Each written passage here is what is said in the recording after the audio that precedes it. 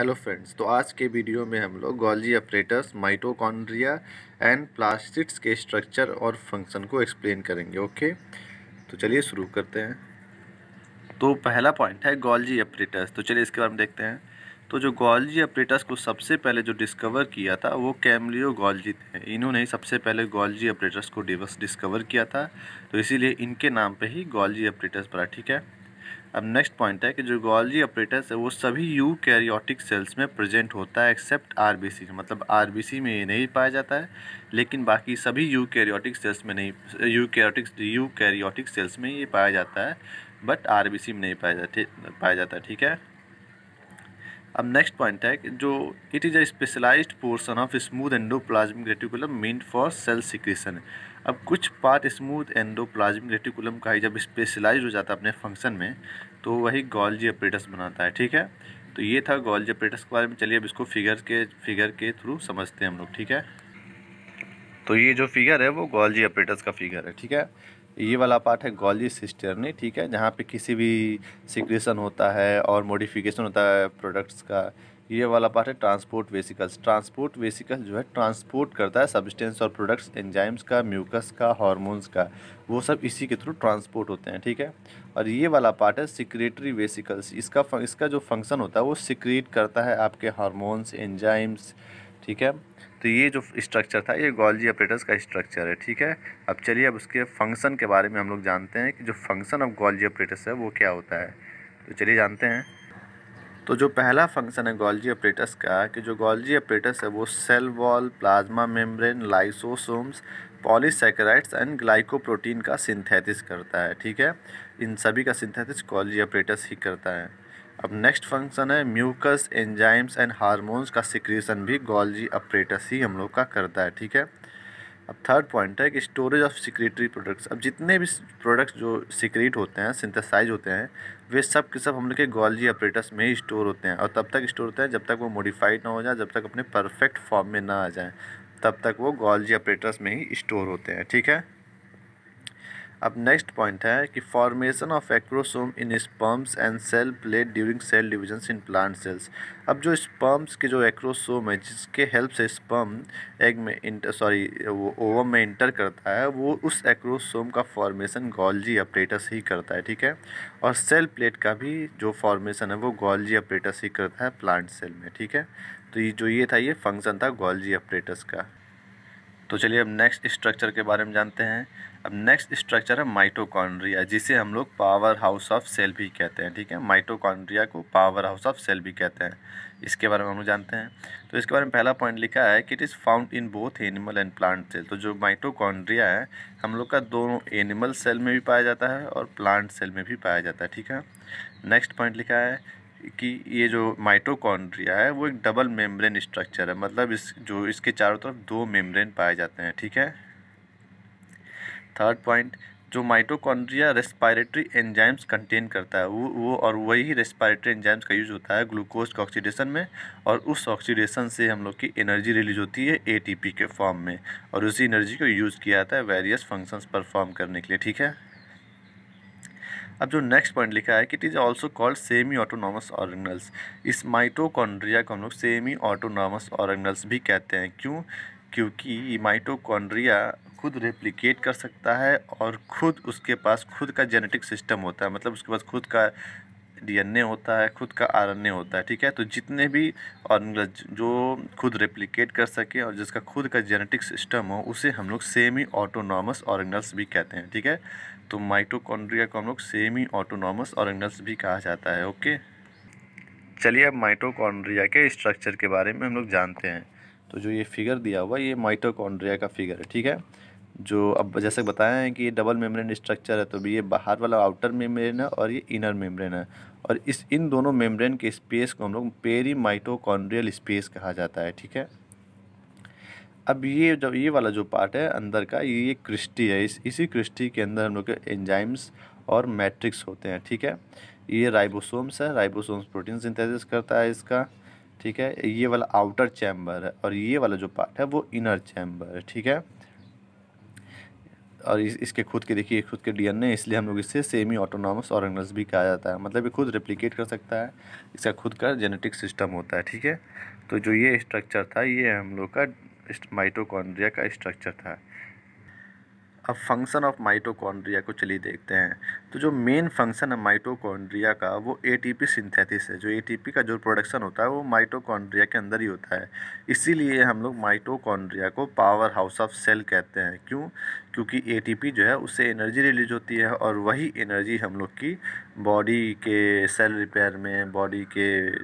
Repair में और उसके वेरियस टाइप्स ऑफ फंक्शंस को परफॉर्म करने में यूज होती है। ठीक है, तो इसीलिए हम लोग माइटोकॉन्ड्रिया को पावर हाउस ऑफ सेल कहते हैं और एटीपी को एनर्जी करेंसी ऑफ सेल कहा जाता है। ठीक है, तो बस यही एक मेन फंक्शन है माइटोकॉन्ड्रिया का।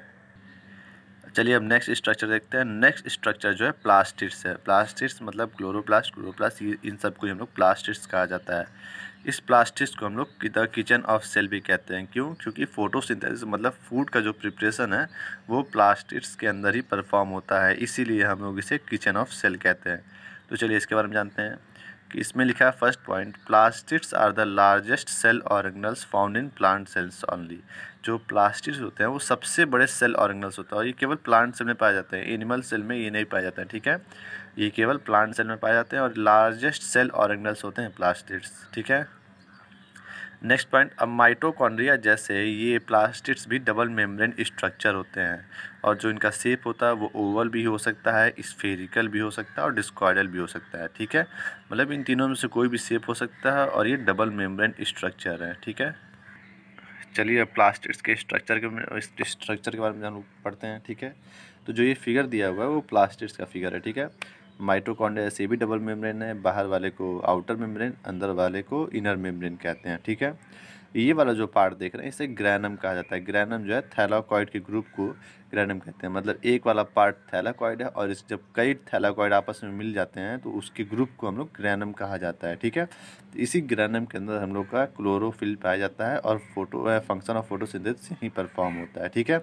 इसी ग्रैनम के अंदर। ठीक है, ये है राइबोसोम जो प्रोटीन सिंथेसिस करता है और ये स्ट्रोमा मतलब मैट्रिक्स ऑफ क्लोरोप्लास्ट को या प्लास्टिड्स के मैट्रिक्स को हम लोग स्ट्रोमा कहते हैं।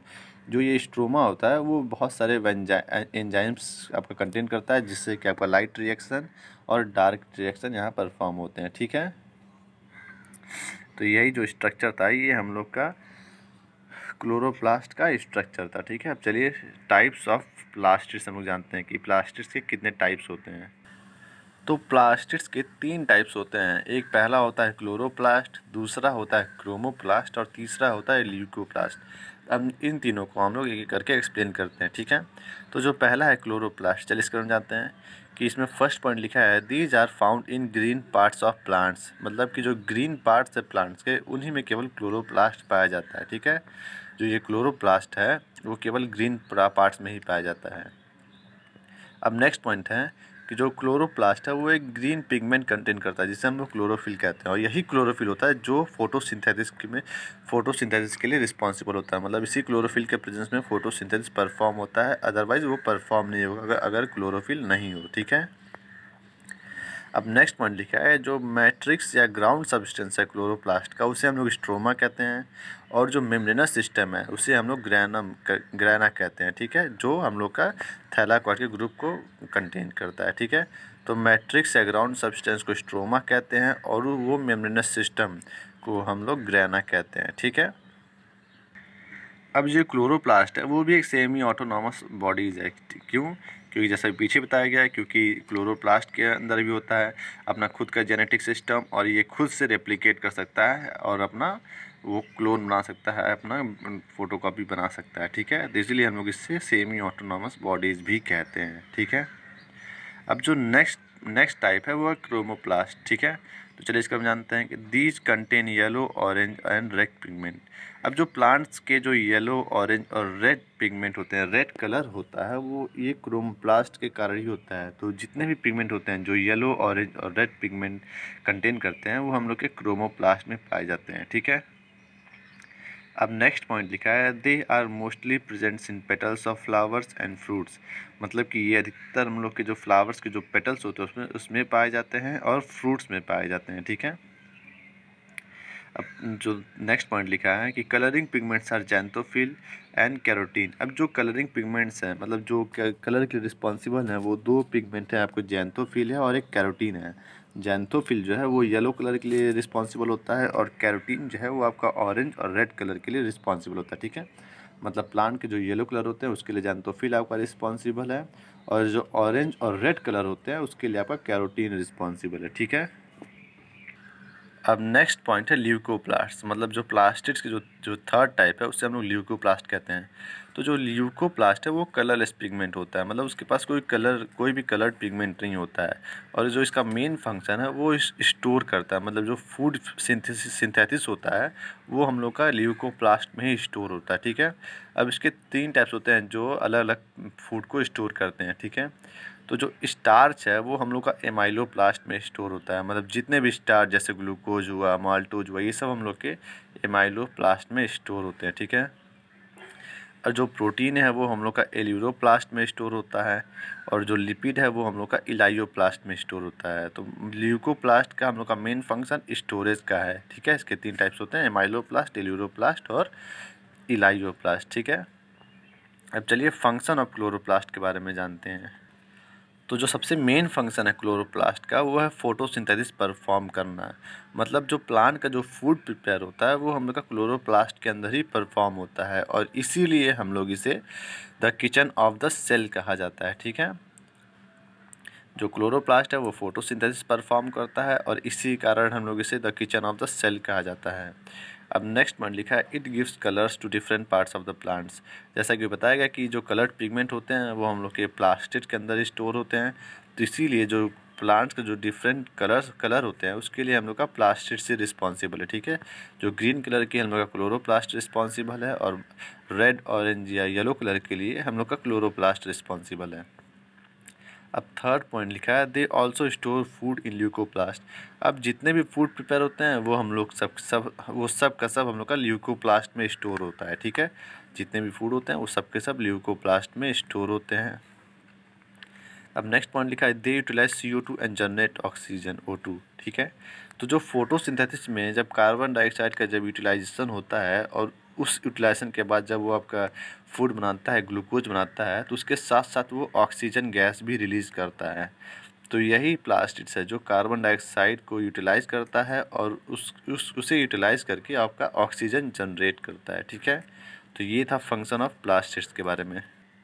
तो आज के लिए बस इतना ही फ्रेंड्स। अब नेक्स्ट वीडियो में हम लोग जो है वैक्यूल्स को एक्सप्लेन करेंगे, राइबोसोम्स को, सेंट्रियोल्स को, सेंट्रोसोम को और लाइसोसोम्स को हम लोग एक्सप्लेन करेंगे। ठीक है, तो अगर वीडियो अच्छी लगे तो लाइक करें, शेयर करें।